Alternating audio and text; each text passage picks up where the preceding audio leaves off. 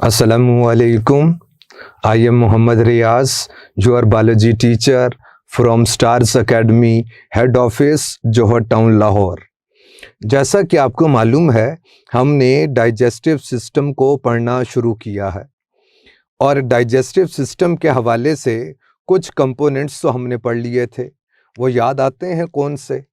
सबसे पहले oral cavity की बात हुई थी, फिर बात की थी फेरिंग्स की, उसके बाद फिर एसोफेगस, पेरिस्टालसिस भी आपने देखा कि साथ साथ पढ़ते रहे, और फिर स्टमक के हवाले से बात की थी। अब आप कुछ बातें पहले बता दीजिए कि food after digestion in oral cavity is known as bolus कहते हैं, and food after digestion in stomach is known as chyme. अब काइम के बाद वाला जो पार्ट है और फिर स्टमक के बाद वाला जो पार्ट है वो स्मॉल इंटेस्टाइन है। तो प्यारे बच्चों याद रखिए, डाइजेस्टिव सिस्टम में 3 साइट्स ऐसी हैं जहाँ पर एक्टिव डाइजेशन होती है, जहाँ पर एंजाइमेटिक सिक्रीशंस होती हैं और जहाँ पर डाइजेशन होती है। वो 3 साइट्स कौन कौन सी हैं? एक हम ओरल कैविटी की बात करते हैं, दूसरी स्टमक की बात की है, और तीसरी आज हम स्मॉल इंटेस्टाइन को पढ़ेंगे। और याद रखिए, स्मॉल इंटेस्टाइन के 3 पार्ट्स होते हैं। जो फर्स्ट पार्ट है उसे हम कहते हैं ड्यूडीनम, और फिर सेकंड पार्ट है उसे कहते जेजोनम, और याद रखिए थर्ड पार्ट है उसे कहते इलियम। और याद रखिए ये ई वाला इलियम लिखा है, अगर आप ILIUM लिख देंगे तो वो इलियम इशियम प्यूबिस बोन्स के हवाले से हो जाएगा। तो याद रखिए ये 3 पार्ट्स हैं, ड्यूडीनम, जेजोनम एंड इलियम। और इनकी जो लेंथ है ज़रा आप उसको देख लीजिए। बुक्स के अंदर हल्की सी वेरिएशन है, लेकिन याद रखिए अगर कभी MCQ आ जाए तो आपने इस वैल्यू के करीब तर जो आंसर होगा उसको आंसर करना होता। जैसे अगर आप ड्यूडीनम के हवाले से बात कीजिए तो प्यारे बच्चों हम कहते हैं 20 to 25 सेंटीमीटर इन लेंथ होती है। फिर जेजोनम के हवाले से बात कीजिए, वैसे हम कहते हैं कि जो 2/5 है स्मॉल इंटेस्टाइन का वो कौन है? जेजोनम है। और 3/5 तकरीबन वो कौन है? तो प्यारे बच्चों हम इलियम के साथ एसोसिएट कर रहे होते हैं। अब जेजोनम कितनी होती है? हम कहते हैं ये तकरीबन 2.5 मीटर होती है। याद रखिए ऊपर सेंटीमीटर लिखा है। फिर इसी तरह से इलियम के हवाले से बात कीजिए, इसकी जो लेंथ है वो 3/5 तकरीबन 3.67 ऐसे बनती है। अब 3.5 मीटर एक किताब ने लिखा, तो इसके आसपास रहेंगे। तो प्यारे बच्चों आप कहेंगे कि सर ड्यूडीनम को 2/5 3/5 लेंथ के अंदर शामिल क्यों नहीं किया?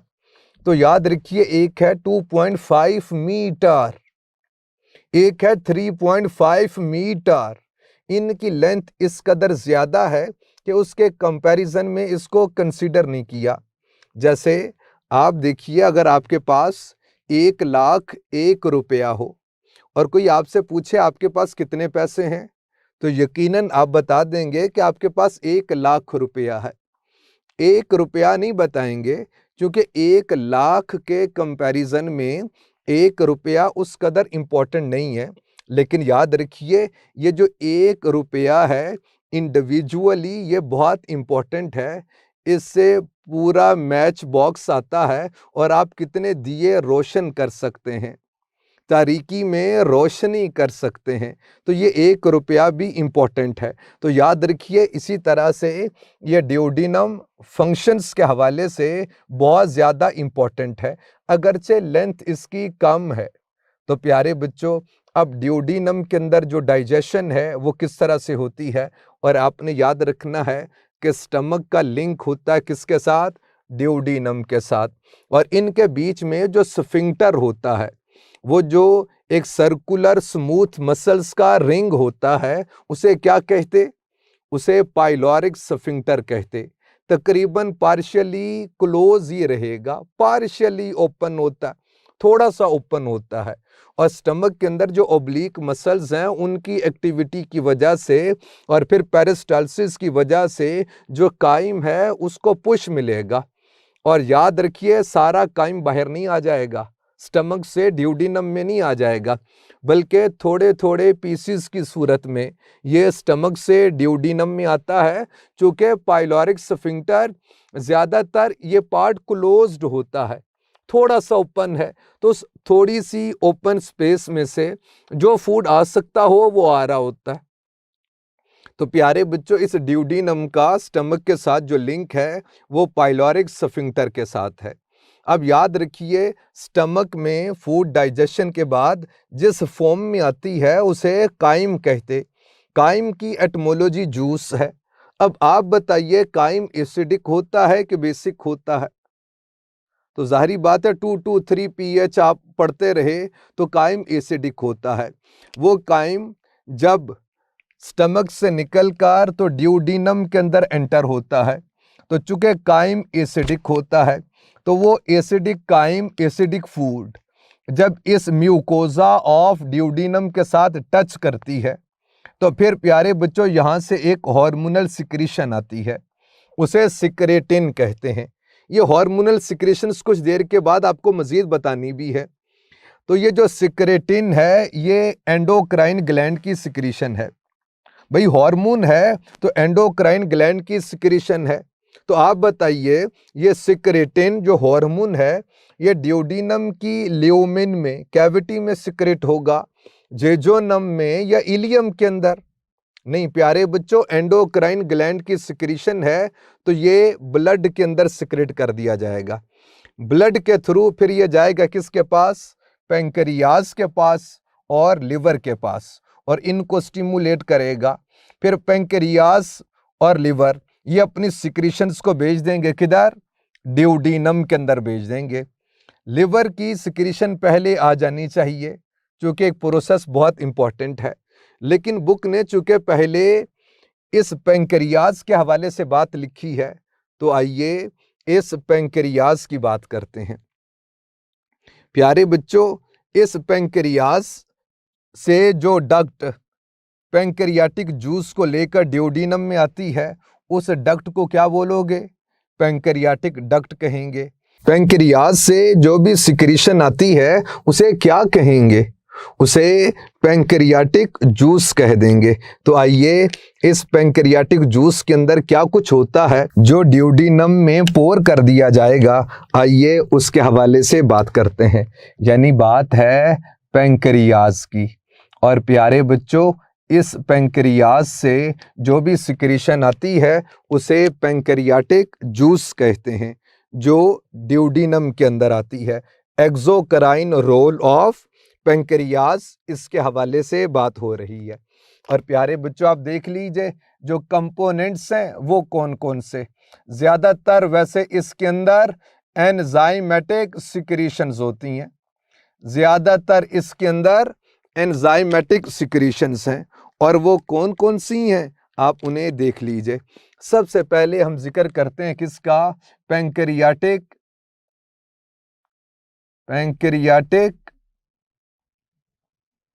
एमाइलेज का जिक्र करते हैं। और याद रखिए, पैंक्रियाटिक एमाइलेज को याद रखना है कि एमाइलोप्सिन भी कहते हैं। और प्यारे बच्चों, आपने पढ़ा है कि जो सलाइवरी एमाइलेज है उसे टायालिन भी कहते हैं। फिर इसके बाद हम जिक्र करेंगे पैंक्रियाटिक लाइपेज का जिक्र करेंगे। और याद रखिए, पैंक्रियाज से कुछ ऐसे एंजाइम्स आते हैं जिन्हें हम प्रो एंजाइम्स कहते हैं। यानी वो एंजाइम्स बेसिकली इनएक्टिव फॉर्म के अंदर होंगे, और जब वो ड्यूोडेनम के अंदर पहुंचेंगे फिर यहाँ पर कुछ मॉडिफिकेशन की जाएगी और वो एक्टिव फॉर्म के अंदर आ जाएंगे। तो ऐसे एंजाइम्स जो इनएक्टिव फॉर्म के अंदर सिक्रेट किए जाएं उन्हें प्रो एंजाइम्स भी बोलते हैं। या इनएक्टिव प्रिकर्सर ऑफ एंजाइम्स भी कहते हैं, या आप उनको जाइमोजिन बोल दीजिए। फॉर एग्जांपल पेंक्रियाज से जो जाइमोजिन की सूरत में आता है वो है कौन? ट्रिप्सिनोजिन। फिर ऐसे ही एक और एंजाइम को देख लीजिए, उसे कहते काइमोट्रिप्सिनोजिन। और याद रखिए इसके साथ एक नॉन एंजाइमेटिक सिक्रीशन भी है और उसे बोलते हैं क्या? Sodium bicarbonate.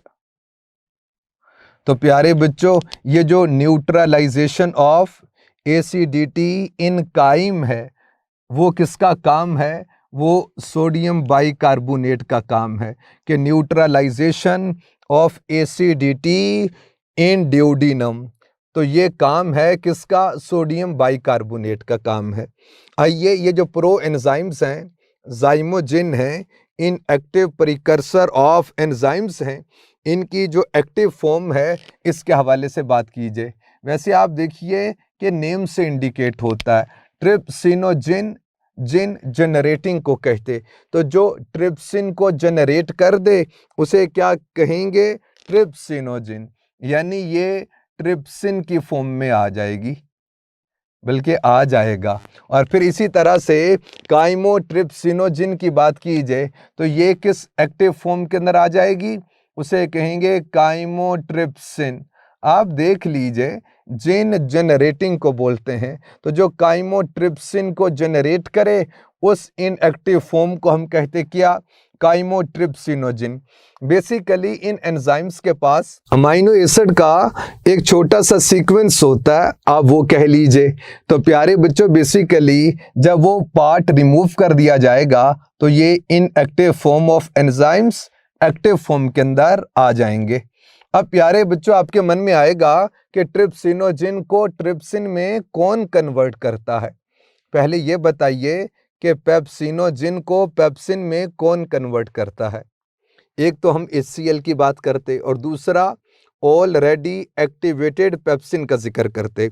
तो याद रखिए, ड्यूडिनम से एक एंजाइम आता है और प्यारे बच्चों उस एंजाइम को हम कहते एंटेरोकाइनेज। वैसे एंट इंटेस्टाइन को कहते काइनेज, फॉस्फेट एडिंग एंजाइम्स को बोलते हैं। तो ये एंटेरोकाइनेज जब एक्ट करेगा किस पे?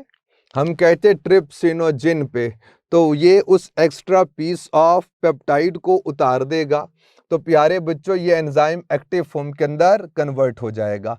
या याद रखिए, जैसे ऑलरेडी एक्टिवेटेड पेप्सिन भी पेप्सिनोजिन को पेप्सिन में कन्वर्ट करता है, बिल्कुल ऐसे ही ये जो ट्रिप्सिन एक्टिवेटेड फॉर्म है ये भी एक्ट करेगा किस पे? ट्रिप्सिनोजिन पे, और इसको एक्टिव फॉर्म के अंदर कन्वर्ट कर देगा। फिर याद रखना, ये ट्रिप्सिन ही है जो एक्ट करता है किस पे? ट्रिप्सिनोजिन पे, और उसको एक्टिव फॉर्म यानी ट्रिप्सिन के अंदर कन्वर्ट कर देगा। अब प्यारे बच्चों, हम देखेंगे ये जो एंजाइम हैं इनका सबस्ट्रेट कौन है और फिर इनका जो प्रोडक्ट है वो कौन है, इसके हवाले से बात होगी। वैसे तो नेम से आपको इंडिकेट हो रहा है। अगर आप एमाइलेज के हवाले से बात कीजिए तो इसका एक्शन होगा किस पे? हम कहते हैं स्टार्च पे इसका एक्शन होगा। और प्यारे बच्चों, इस स्टार्च को कन्वर्ट कर दिया जाएगा किस में? माल्टोज में। याद रखिए, अभी मोनोमर नहीं आया, अभी ये डाइमेरिक फॉर्म है, माल्टोज तक कन्वर्ट कर दिया जाएगा। फिर लाइपेज के हवाले से बात कीजिए तो ये फैट्स के ऊपर, ऑयल्स के ऊपर इसका एक्शन होता है। और प्यारे बच्चों, इन फैट्स को कन्वर्ट कर दिया जाएगा किस में?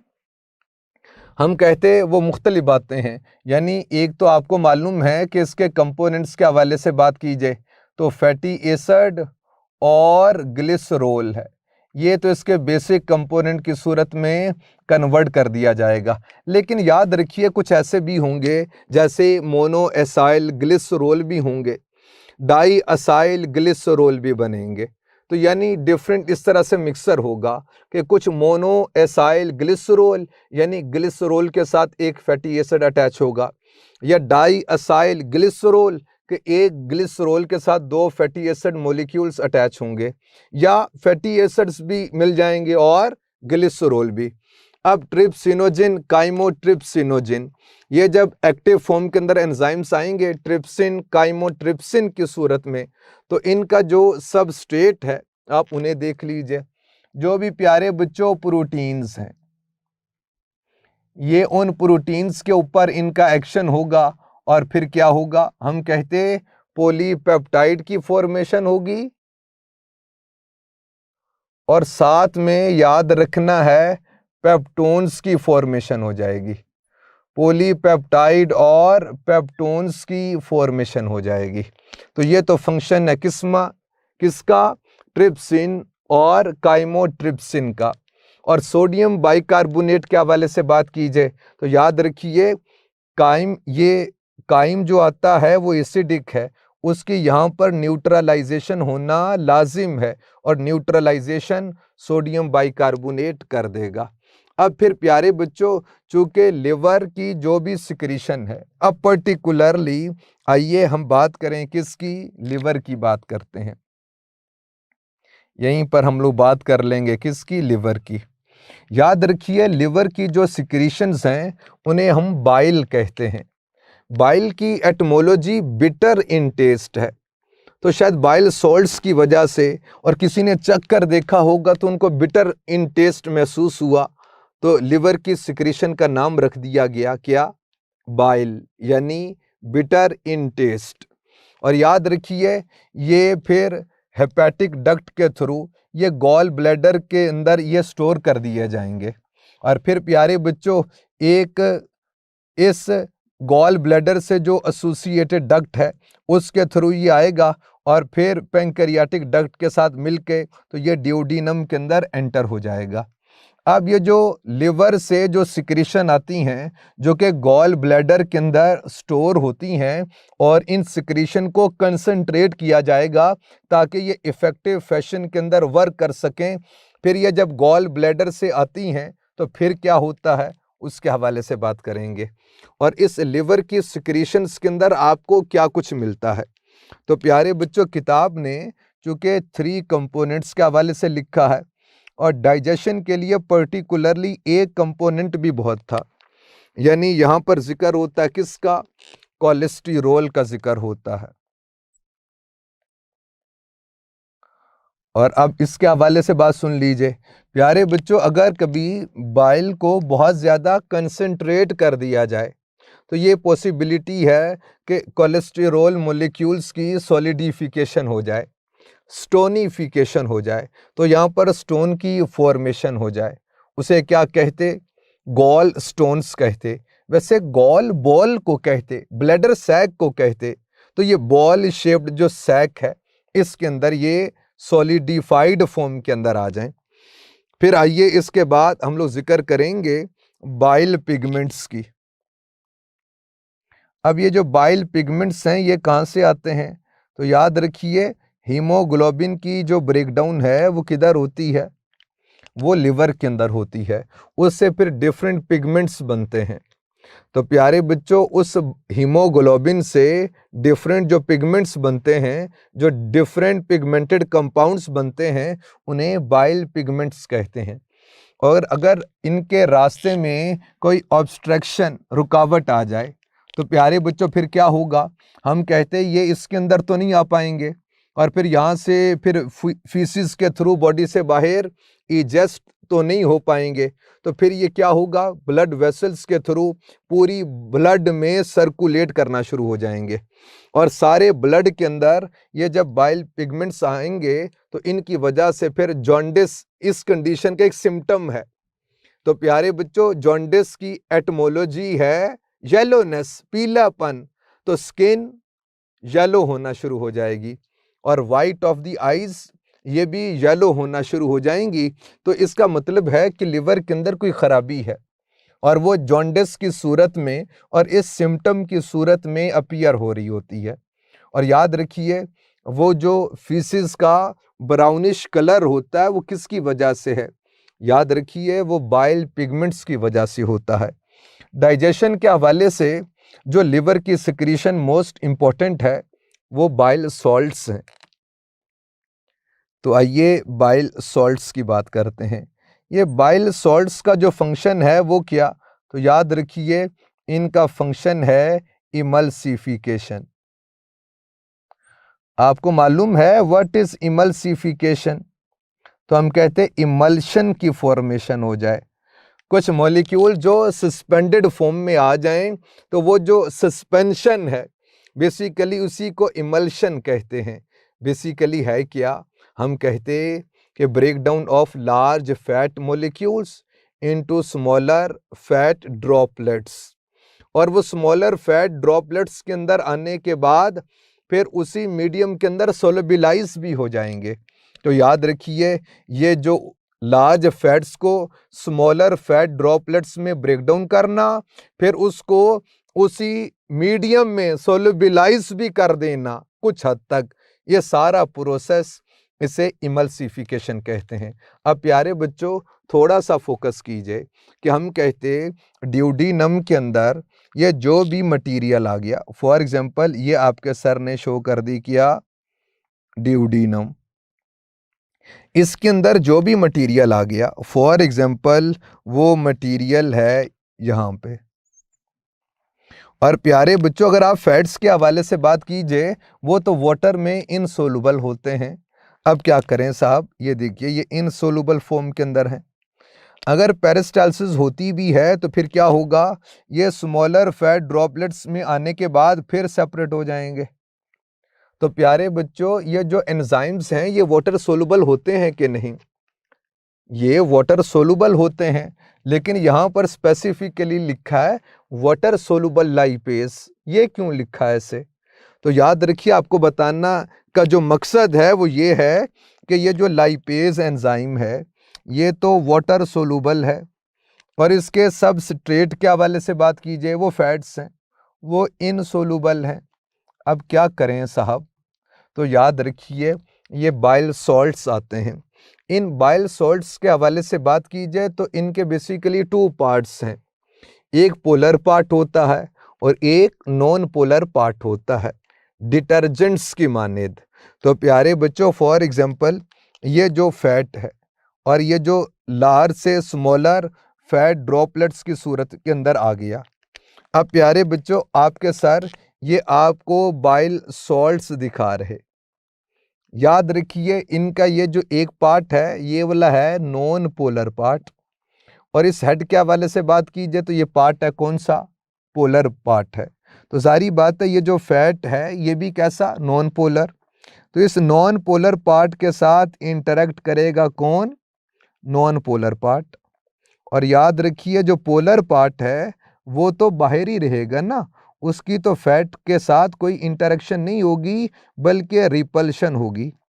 अब ये जो बाहर वाले पार्ट हैं ये पोलर हैं, और जो नॉन पोलर पार्ट है वो नॉन पोलर फैट को इंटरेक्ट कर रहा है। तो प्यारे बच्चों इस पोलर पार्ट की वजह से ये सोलुबल भी हो जाएंगे। तो ये जो फैट मॉलिक्यूल सोलुबल हो गए तो ये सस्पेंशन की फॉर्म के अंदर यहाँ पर मौजूद होंगे, इसी को इमल्शन कहते हैं। और ये जो सारा प्रोसेस है इसे इमल्सिफिकेशन कहते, यानी break down of large fat into smaller fat droplets, smaller soluble fat droplets की सूरत के अंदर आ गए। अब ये भी सोलुबल हो गए और जो एंजाइम्स तो है ही सोलुबल, तो प्यारे बच्चों फिर ये एंजाइम लाइपेज लिपिड के ऊपर एक्ट करेगा, कैटालिसिस होगी और ये फैट्स कन्वर्ट कर दिए जाएंगे किस में, मोनो एसाइल ग्लिसरॉल में, डाई असाइल ग्लिसरॉल में, फैटी एसिड में और ग्लिसरॉल के अंदर कन्वर्ट कर दिए जाएंगे। अब प्यारे बच्चों इसके बाद वाला जो पार्ट है उसे कहते क्या, जेजोनम और इलियम। अब जेजोनम और इलियम के अंदर कुछ जो एंजाइम्स हैं उनके हवाले से बात करेंगे, और याद रखिए डाइजेशन कंप्लीट हो जाएगी किधर, इलियम के अंदर। अब ये जो जेजोनम और इलियम के एंजाइम्स हैं, आइए मैं यहाँ पर लिख रहा हूँ बेटे।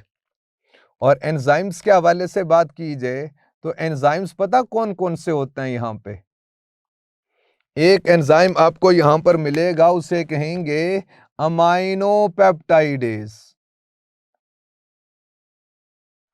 पेप्टाइडेज। और फिर एक बहुत इंपॉर्टेंट एंजाइम है एमसीक्यू के लिए, उस एंजाइम को कहते हैं इरिप्सिन। ये एंजाइम आपको मिल जाएंगे जिजोनम के अंदर भी और फिर बाद में इलियम के अंदर भी होंगे। फिर प्यारे बच्चों, अमाइनोपेप्टाइडेज है, इरिप्सिन है, फिर लाइपेज भी होती है, और उसके बाद फिर माल्टेज की बात कर लेंगे, और फिर एंजाइम है लैक्टेज। अब आइए इनका जो सबस्ट्रेट है उसके हवाले से बात करते हैं। और सबस्ट्रेट के हवाले से बात की जाए तो प्यारे बच्चों, अमाइनोपेप्टाइडेज ये पॉलीपेप्टाइड और पेप्टोन्स पर एक्ट करेंगे। आप लिख लीजिए यहाँ पर कि पॉलीपेप्टाइड पर इनका एक्शन होता है। और जो इरिप्सिन, इसका एक्शन होगा किस पे? डाईपेप्टाइड पे। तो dipeptide is substrate of erepsin. Lipase की बात की जाए तो इसका एक्शन होता है किस पे? फैट्स पे। माल्टेज की बात की जाए तो प्यारे बच्चों, नेम से इंडिकेट होता है माल्टोज पे। लैक्टेज की बात की जाए तो इसका एक्शन होगा किस पे? लैक्टोज पे। अब ये तो जो सबस्ट्रेट हैं उनके हवाले से आपको बता दिया। अब आइए हम बात करेंगे किसकी? इनसे जो बनने वाले प्रोडक्ट्स हैं, आप उनको देख लीजिए। अमाइनोपेप्टाइडेज पॉलीपेप्टाइड के ऊपर एक्शन करेगा, इसकी कैटालिसिस करेगा, और फिर इससे बनेगा क्या?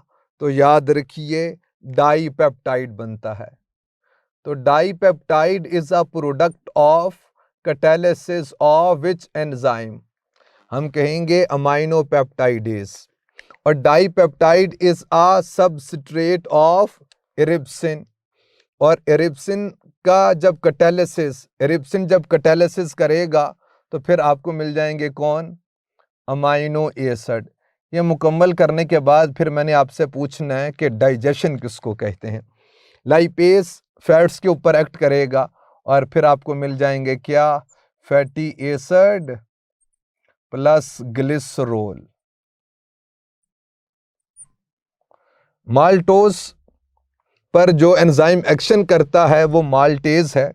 और आपको पता है माल्टोज 2 ग्लूकोज मॉलिक्यूल्स कंटेनिंग, तो आपको यहां पर 2 ग्लूकोज मॉलिक्यूल्स मिल जाएंगे। लैक्टेज की बात की जाए, लैक्टोज पर एक्ट करता है और बनता है क्या? Glucose and galactose. कौन सा एंजाइम डाईपेप्टाइड पर एक्ट करता है? इरिप्सिन है। और डाइसैकेराइड पे कौन एक्ट करता है? तो वो माल्टेज भी है, लैक्टेज भी है। प्यारे बच्चों, एक दफा आप बता दीजिए कि व्हाट इज अ डाइजेशन? हम कहते हैं digestion is breakdown of large complex molecules into simple smaller diffusible molecules. यानी बात एक ही बताई थी आपको कि नॉन डिफ्यूजेबल मॉलिक्यूल्स को डिफ्यूजेबल फॉर्म के अंदर कन्वर्ट कर देना, इसे क्या कहना? डाइजेशन कहते हैं इसको। जब इलियम के अंदर डाइजेशन कंप्लीट हो गई, अब साहब क्या करें? तो याद रखिए, अब एब्जॉर्प्शन होती है किधर? इलियम में। तो आइए अब इलियम की बात करते हैं। और प्यारे बच्चों, अगर आप इलियम के हवाले से बात कीजिए, यहाँ पर कंप्लीट हो गई फूड की डाइजेशन, एब्जॉर्प्शन भी यहीं पर होती है, तो कोई सरफेस एरिया भी तो ज़्यादा होना चाहिए। तो वो कौन से कंपोनेंट्स हैं जो सरफेस एरिया को इंक्रीज करते हैं? वो कौन से कंपोनेंट्स हैं जिनकी वजह से सरफेस एरिया इंक्रीज हो जाएगा? एक तो आप इसकी लेंथ देखिए कितनी है। हम कहते हैं 3.5 मीटर, और 1 मीटर आप देख लीजिए कितना होता है। और फिर किताब ने कहा कि इट इज स्मॉल इंटेस्टाइन। याद रखिए, ये जो स्मॉल और लार्ज इंटेस्टाइन है, ये classification on the basis of diameter है। स्मॉल इंटेस्टाइन का डाया कम होता, इसीलिए इसको स्मॉल इंटेस्टाइन कहते। अदरवाइज लेंथ के हवाले से बात कीजिए, ये तो लार्ज होती है। लार्ज इंटेस्टाइन को लार्ज इंटेस्टाइन इसीलिए कहते कि उसका डायामीटर लार्ज होता है। तो प्यारे बच्चों, एक तो आप इसकी लेंथ को देखिए कि 3.5 मीटर। इसके बाद फिर इस लेंथ के बाद फिर इसके ऊपर आपको फोल्ड्स मिलते हैं। फिर इन फोल्ड्स के ऊपर मजीद कुछ आपको आउट ग्रोथ सी मिलती हैं, जिन्हें हम लोग, एक होगी तो विलस कहते, ज्यादा होती हैं तो विलाई कहते। विलाई की एटमोलॉजी हेयर है, तो हेयर की मानेद होती हैं आउट ग्रोथ, बारीक बारीक सी, पतली सी। फिर इनके जो सेल्स हैं, फॉर एग्जांपल अगर आपको ये एक सेल मैं इस तरह से बाहर निकाल कर दिखा दूं, तो इनकी सेल मेम्ब्रेन इनवेजिनेटेड फॉर्म के अंदर है। और प्यारे बच्चों, इन्हें हम कहते हैं क्या? माइक्रोविलाई कहते हैं। तो इन सारे फैक्टर्स की वजह से क्या हो रहा है? हम कहते हैं सरफेस एरिया इंक्रीज हो जाएगा। अब सरफेस एरिया तो इंक्रीज हो गया और फूड भी डाइजेस्टेड फॉर्म के अंदर आ चुकी है, डिफ्यूजेबल फॉर्म के अंदर आ चुकी है। तो आइए, ये जो एक विलस है इसको जरा देख लीजिए। तो याद रखिए, इसके जो आउटर मोस्ट लेयर है और अपर मोस्ट लेयर है, याद रखिए इसे हम कहते हैं क्या? एपिथीलियम कहते हैं। और ये एपिथीलियल सेल्स हैं, एपिथीलियम, और ये एपिथीलियल सेल्स हैं। इनके हवाले से बात की जाए तो प्यारे बच्चों, ये क्या हैं?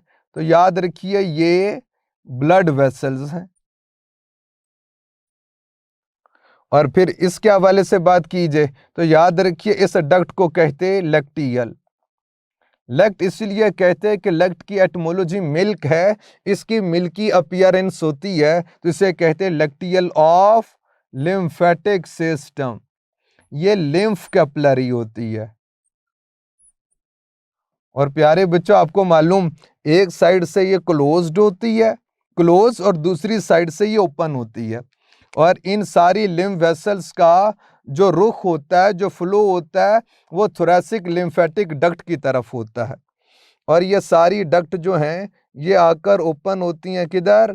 थोरेसिक लिम्फेटिक डक्ट के अंदर। और फिर यहाँ पर लेफ्ट सब क्लेवियन वेन के अंदर ये आकर एंटर हो जाती हैं। अब प्यारे बच्चों देख लीजिए, ये जो फैटी एसिड्स हैं, अमाइनो एसिड है, ग्लिसरॉल, ग्लूकोज, गैलेक्टोज, इनकी जो एब्जॉर्प्शन है वो किस तरह से होती है? जारी बात है भाई, या तो डिफ्यूजन से होगी, या फैसिलिटेटेड डिफ्यूजन से, या एक्टिव ट्रांसपोर्ट से होती है। तो प्यारे बच्चों, ये एपिथेलियम के अंदर एंटर हो जाएंगे। फिर कार्बोहाइड्रेट के हवाले से बात की जाए तो ये ब्लड वेसल्स के अंदर एंटर हो जाएंगे। और याद रखिए, फिर ये सारे जो भी शुगरी कंपोनेंट है, कार्बोहाइड्रेट कंपोनेंट, जो कुछ भी यहाँ से फूड एब्जॉर्ब होता है, ये ब्लड के थ्रू फिर ये जाएगा किधर? हेपेटिक पोर्टल डक्ट के थ्रू, लिवर के पास। और याद रखिए, लिवर में जो नॉन ग्लूकोज शुगर होगी उसको ग्लूकोज के अंदर कन्वर्ट कर दिया जाएगा और फिर पूरी बॉडी के अंदर, फिर बॉडी के हर सेल तक पहुंचा दिया जाएगा। हार्ट आपको मालूम सिस्टमिक सर्कुलेशन के थ्रू फूड को पहुंचा देगा। लेकिन स्मॉल इंटेस्टाइन में फूड एब्जॉर्ब होने के बाद जिस ऑर्गन के पास सबसे पहले आती है वो लिवर है, और जिस डक्ट के थ्रू आती है उसे हेपेटिक पोर्टल डक्ट कहते हैं। और ब्लड सर्कुलेटरी सिस्टम के अंदर भी आपने इसको पढ़ा है। अब प्यारे बच्चों, अमाइनो एसिड भी इसी तरह से हम कहते हैं एपिथेलियम से ब्लड के अंदर आकर एंटर हो जाएंगे और फिर लिवर के पास और मॉडिफिकेशन। लेकिन याद रखिए, ये जो एपिथेलियल सेल्स हैं इनमें बहुत ज़्यादा होता है स्मूथ एंडोप्लाज्मिक रेटिकुलम। तो प्यारे बच्चों, जैसे फैटी एसिड और ग्लिसरॉल इन एपिथेलियल सेल्स के अंदर आता है तो इसको कन्वर्ट कर दिया जाता है फैट्स के अंदर, और फैट्स के साथ फिर प्रोटीन को भी मिला दिया जाएगा, तो वो लिपोप्रोटीन के अंदर कन्वर्ट हो जाएगा। फिर और कुछ कंपोनेंट्स ऐड हो जाएंगे तो वो छोटे छोटे ग्लोब्यूल्स की फॉर्म में, तो उन्हें बोलते हैं काइलोमाइक्रोन्स। याद रखिए, उन्हें क्या कहेंगे? काइलोमाइक्रोन्स। मजीद बातें बताने से पहले एक बात आप बताइए जरा, ओरल कैविटी में फूड डाइजेशन के बाद जिस फॉर्म में आती है उसे क्या कहते हैं? बोलस। स्टमक में जिस फॉर्म के अंदर आती है उसे काइम कहते हैं। स्मॉल इंटेस्टाइन में फूड डाइजेशन के बाद जिस फॉर्म के अंदर आती है उसे काइल कहते हैं। काइम की बात कीजिए या काइल की बात कीजिए, एटमोलॉजी जूस है, तो आप देखिए बड़ी जूसी सी अपीयरेंस होती है, तो काइल कहते हैं उसको। और ये जो माइक्रो से मॉलिक्यूल्स बने हैं, यानी फैटी एसिड और ग्लिसरॉल के मिलने से फैट्स बन गए, फिर ग्लाइकोप्रोटीन बन गई, तो प्यारे बच्चों फिर क्या? एक्टिव प्रोसेस के थ्रू, एक्सोसाइटोसिस के थ्रू ये मटेरियल आ जाएगा बाहर। अब ये मटेरियल एंटर नहीं हो पाता ब्लड कैपिलरीज के अंदर। प्यारे बच्चों इसकी वजह क्या है? हम कहते हैं ब्लड कैपिलरीज का पोर साइज स्मॉल होता है, उसके अंदर एंटर नहीं हो सकते हैं। फिर होगा क्या? हम कहते हैं फिर ये एंटर होते हैं किधर? लैक्टियल ऑफ लिम्फेटिक सिस्टम के अंदर, और उनके यहाँ तो सेल्स की अरेंजमेंट भी ऐसी होती है। यानी प्यारे बच्चों ऐसी अरेंजमेंट होने से क्या होगा? जब वो पुश करेगा तो इन दोनों के बीच में जो स्पेस है वो इंक्रीज हो जाएगी, और ये काइलोमाइक्रोन एंटर हो जाएगा किसमें? लैक्टियल ऑफ लिम्फेटिक सिस्टम में। तो जो फैट्स की एब्जॉर्प्शन है वो basically lacteal of lymphatic system के थ्रू, और फिर ये अल्टीमेट किधर? थोरैसिक लिम्फेटिक डक्ट के अंदर, फिर लेफ्ट सब क्लेवियन वेन के अंदर इसको पोर कर दिया जाएगा। और फिर आपको मालूम है फिर डाइजेशन मजीद जो होनी है वो हो जाएगी, और फिर बॉडी के हर सेल को जो भी रिक्वायरमेंट्स उसकी होंगी वो मिल जाएंगी। किसी को ग्लूकोज चाहिए तो ग्लूकोज मिलेगा, फिर ऐसे अमाइनो एसिड रिक्वायर होंगे तो अमाइनो एसिड्स मिलेंगे, फैटी एसिड, ग्लिसरॉल, जिस सेल को जो कुछ भी चाहिए उस सेल तक ब्लड सर्कुलेटरी सिस्टम के थ्रू ट्रांसपोर्ट कर दिया जाएगा। ये तो एब्जॉर्प्शन हो गई, यानी पहली बात हुई थी इंजेशन। फिर डाइजेशन जो ओरल कैविटी में हुई है, स्टमक के अंदर हुई है, स्मॉल इंटेस्टाइन में। फिर प्यारे बच्चों अब जो अनडाइजेस्टेड फूड मटेरियल है और वाटर एंड सॉल्ट्स हैं, अब ये जो रह गए ये फिर इलियोकोलिक स्फिंक्टर के थ्रू एंटर हो जाएंगे किधर? लार्ज इंटेस्टाइन में। और लार्ज इंटेस्टाइन में क्या होगा इसकी बात यहीं पर आपके सर आपको दिखा रहे और बता रहे। अब हम लास्ट में बात करेंगे लार्ज इंटेस्टाइन की। तो आइए हम बात करें लार्ज इंटेस्टाइन, और आप बताइए ये जो स्मॉल इंटेस्टाइन है या लार्ज इंटेस्टाइन है, इनके नेमिंग की जो बेस है वो क्या ये नेम लेंथ की बेस पे रखा है या डायामीटर की? तो याद रखिए ये classification on the basis of diameter है। लार्ज इंटेस्टाइन का डायामीटर चूंकि लार्ज था इसीलिए इसे लार्ज इंटेस्टाइन कहा। लेंथ के हवाले से बात कीजिए तो ये तकरीबन 1.5 मीटर लॉन्ग होती है, लेकिन अगर आप इसके एक पार्ट के हवाले से बात कीजिए तो ये स्मॉल इंटेस्टाइन का जो जेजोनम है उससे भी स्मॉलर है लेंथ में। लार्ज इंटेस्टाइन इसीलिए कहा कि इसका डायामीटर लार्ज होता, इसीलिए इसे लार्ज इंटेस्टाइन कहते। याद रखिए लार्ज इंटेस्टाइन के बेसिकली जो पार्ट्स हैं वो 3 पार्ट्स हैं। कौन से? एक को हम लोग कहते हैं सीकम, और याद रखिए ये जो सीकम है इसकी एटमोलॉजी है ब्लाइंड डक्ट, यानी कुछ गलियां आपने ऐसी देखी होंगी जो आगे से जाकर बंद हो जाती हैं, ब्लाइंड स्ट्रीट्स कहते हैं उनको। ऐसे ही ये एक ऐसी डक्ट है जो इसके इंटीरियर पार्ट के हवाले से बात कीजिए तो ये चूंकि क्लोज्ड है इसीलिए इसको सीकम कहते। सीकम की एटमोलॉजी क्या है? ब्लाइंड को कहते हैं। तो चूंकि एक एंड क्लोज्ड होता है इसीलिए इसको ब्लाइंड डक्ट कहते हैं। और प्यारे बच्चों इसी से एक छोटी सी आउटग्रोथ लिंक्ड होती है और उसे हम लोग कहते हैं वर्मीफॉर्म अपेंडिक्स। याद रखिए अपेंडिक्स की एटमोलॉजी है आउटग्रोथ। तो इससे कुछ एक आउट ग्रोथ सी होती है और इसे हम लोग बोलते हैं क्या, अपेंडिक्स कहते हैं। कुछ लोग कहते हैं हमें अपेंडिक्स हो गया, तो याद रखिए अपेंडिक्स तो सभी के पास होता है। वो अपेंडिसाइटिस, इन्फ्लेमेशन ऑफ अपेंडिक्स की बात कर रहे होते हैं। वर्मी फॉर्म का मतलब है वर्म लाइक, तो ये वर्म लाइक आउट ग्रोथ होती है, इसीलिए इसे वर्मी फॉर्म अपेंडिक्स कहते हैं और सीकम से एसोसिएटेड होती है। और प्यारे बच्चों, इस वर्मी फॉर्म अपेंडिक्स के हवाले से बात की जाए तो यहाँ पर आपको कुछ ऐसे मैसेज मिलेंगे जिनकी एसोसिएशन लिम्फेटिक सिस्टम के साथ है, लिम्फॉइड मैसेज मिलते हैं। सीकम के बाद वाला जो पार्ट है फिर उसे कोलन कहते हैं। और प्यारे बच्चों, कोलन की बात की जाए तो बेसिकली कोलन के फर्दर जो पार्ट्स हैं वो कितने, 4 पार्ट्स हैं। एक को हम कहते हैं ascending colon, transverse colon, descending colon, sigmoid colon और फिर लास्ट में जो हम लोग पार्ट को पढ़ेंगे उसे रेक्टम कहते। रेक्टम की एटमोलॉजी स्ट्रेट है, क्योंकि ये वाला पार्ट सीधा होता इसीलिए इसका नाम रख दिया रेक्टम यानी स्ट्रेट। अब प्यारे बच्चों, वाटर की बात की जाए और सॉल्ट्स की बात की जाए तो उसकी जो एब्जॉर्प्शन है वो मेनली किधर होती है, कोलन के अंदर होती है। और फिर प्यारे बच्चों, अगर कभी ऐसा हो कि जो वाटर है, सॉल्ट्स जो स्मॉल इंटेस्टाइन से आ रहे, उनके अंदर कोई टॉक्सिक मटेरियल हो, कोई पैथोजेन हो, तो वाटर सॉल्ट्स की एब्जॉर्प्शन नहीं होती है। और प्यारे बच्चों, अगर वाटर एंड सॉल्ट्स की एब्जॉर्प्शन ना हो तो फीसिस बहुत ज़्यादा डाइल्यूट फॉर्म में उनकी इजेशन होना शुरू हो जाएगी।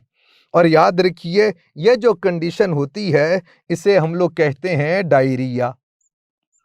अब आप कहेंगे कि सर डायरिया क्यों कहते, तो याद रखिए डाइल्यूट को कहते, रिया फ्लो को कहते, और फीसिस जो सेमी सॉलिड टाइप होते हैं। और प्यारे बच्चों, अगर बहुत ज़्यादा डाइल्यूट फॉर्म में उनका फ्लो होना शुरू हो जाए, उनकी इजेशन हो, तो ये जो कंडीशन है इसे हम डायरिया कहते हैं। और अगर आपके ब्लड में डेफिशिएंसी ऑफ वाटर है, पानी की कमी है, तो याद रखिए इस कोलन से बेइंतहा वाटर की एब्जॉर्प्शन हो जाएगी। और बहुत ज़्यादा वाटर की एब्जॉर्प्शन की वजह से वो फीसिस बहुत ज़्यादा सॉलिडिफाई हो जाएंगे और ये जो कंडीशन होती है इसे कॉन्स्टिपेशन कहते हैं। लेकिन अगर नॉर्मल जो कंडीशन है, फिजियोलॉजिकल कंडीशन के वाटर एंड सॉल्ट्स की एब्जॉर्प्शन हो गई, अब जो रिमेनिंग पार्ट है बेसिकली उसे हम लोग कहते हैं क्या, फीसिस। और अब इस फीसिस जो रेक्टम के अंदर जाकर कुछ देर के लिए स्टोर हो जाएंगे ताकि इनकन्वीनियंट टाइम पे इजेशन ना हो। तो प्यारे बच्चों, फिर होगा क्या, हम कहते इस फीसिस के अंदर शामिल होता क्या, अनडाइजेस्टेड फूड है, फाइबर्स की बात करते हैं। फिर इंटेस्टाइन से जो सेल्स रिमूव होकर आ रहे हैं, म्यूकोजल सेल्स की बात करते हैं, म्यूकस की बात करते हैं। फिर जो बाइल से आता है, इसमें बाइल सॉल्ट्स भी होते हैं, बाइल पिगमेंट्स भी होते हैं, कोलेस्टेरोल भी होता है, बैक्टीरिया भी हैं। तो याद रखिए ये सारी केमिकल कंपोजिशन है फीसिस की। अब प्यारे बच्चों, रेक्टम में टेम्परेरीली स्टोर होंगे और फिर इनकी इजेशन हो जाएगी। और ये जो इजेशन का प्रोसेस है इसे डेफिकेशन कहते हैं, कि टू मेक वन ईज। तो प्यारे बच्चों, इसके लिए रिफ्लेक्स मैसेज आता है। जब ये रेक्टम फिल हो जाएगा, डिस्टेंशन ऑफ सर्विक्स होती है हल्की सी, तो फिर मैसेज आता है उसे नर्वस सिस्टम से, उसे डेफिकेशन रिफ्लेक्स कहते हैं, पेरिस्टाल्सिस होती है। और फिर प्यारे बच्चों, इस जो भी फीसिस हैं उनको बॉडी से बाहर इजेस्ट कर दिया जाएगा। अब ये जो डेफिकेशन रिफ्लेक्स है, याद रखिए इन्फेंट्स के हवाले से बात की जाए तो उनको इस पे कंट्रोल नहीं है। बेसिकली आपको स्फिंक्टर का बताना है। जो इलियम और सीकम के बीच में स्फिंक्टर है उसे इलियोकोलिक या इलियोसिकल स्फिंक्टर कहते हैं। तो प्यारे बच्चों, आप इसको इलियोसिकल स्फिंक्टर बोल दीजिए कि इलियम और सीकम के बीच में है। और फिर इसी तरह से अगर आप इस रेक्टम के लास्ट में देखिए तो आपको 2 स्फिंक्टर मिलेंगे। स्फिंक्टर की एटमोलॉजी है टू होल्ड टाइटली। ये बेसिकली रिंग ऑफ मसल होते हैं। प्यारे बच्चों, ये जो एनस वाले पार्ट के अंदर है इसे हम लोग बोलते हैं एनल स्फिंक्टर। एक होता है आउटर एनल स्फिंक्टर, एक होता है आउटर, एक inner anal sphincter. Inner anal sphincter की बात की जाए तो ये स्मूथ होता है और ना इन्फेंट्स को ना अडल्ट को इस पे कंट्रोल होता है। लेकिन जो आउटर एनल स्फिंक्टर होता है वो स्ट्रिप्ड होता है और प्यारे बच्चों उस पे हम कहते अडल्ट्स को वॉलेंटरी कंट्रोल होता है कुछ देर के लिए। तो प्यारे बच्चों याद रखिए, जो इन्फेंट्स हैं उनमें जब भी फीसेस आएंगे तो इजेशन हो जाएगी, वो इनकन्वीनियंट टाइम्स पर ही इजेशन हो जाएगी। लेकिन जो अडल्ट्स हैं चूंकि उनमें आउटर एनल स्फिंक्टर ये कुछ देर के लिए अंडर कंट्रोल होता है और इसीलिए आमतौर पर इनकन्वीनियंट टाइम्स में इजेशन नहीं होती है। तो प्यारे बच्चों, ये सारा डाइजेस्टिव सिस्टम मुकम्मल हो गया और आपने बेसिकली इसमें पढ़ा क्या है, आपने इसमें इंजेशन को पढ़ा है। फिर बात की है डाइजेशन की, कहां पर हुई थी? ओरल कैविटी में, स्टमक में, स्मॉल इंटेस्टाइन में। फिर आपने एब्जॉर्प्शन की बात की है और वो इलियम में हो गई, और वाटर सॉल्ट्स की एब्जॉर्प्शन लार्ज इंटेस्टाइन में, कोलन में हो गई। फिर याद रखिए यहीं पर बैक्टीरिया होते हैं, यूजफुल बैक्टीरिया जो विटामिन के बनाते हैं, बायोटिन यानी विटामिन बी की फॉर्मेशन करते हैं और लार्ज इंटेस्टाइन में एब्जॉर्ब भी होते हैं। इसके बाद फिर हमने एब्जॉर्प्शन के बाद फूड बॉडी के हर सेल में चली गई, वहां पर एसिमिलेशन हो जाएगी, या तो एटीपी बनाने के अंदर यूज हो जाएगी या मैक्रोमोलिक्यूल्स बनाने के अंदर यूज हो जाएगी। और लास्ट में जो अनडाइजेस्टेड फूड है उसे फीसिस कहते हैं, और फीसिस की फिर हम कहते एनस के थ्रू इजेशन हो जाएगी। आज के लिए बस इतना सा पढ़ लीजिएगा, कोई बात ना समझ आए तो पूछ लीजिएगा। अल्लाह हाफिज।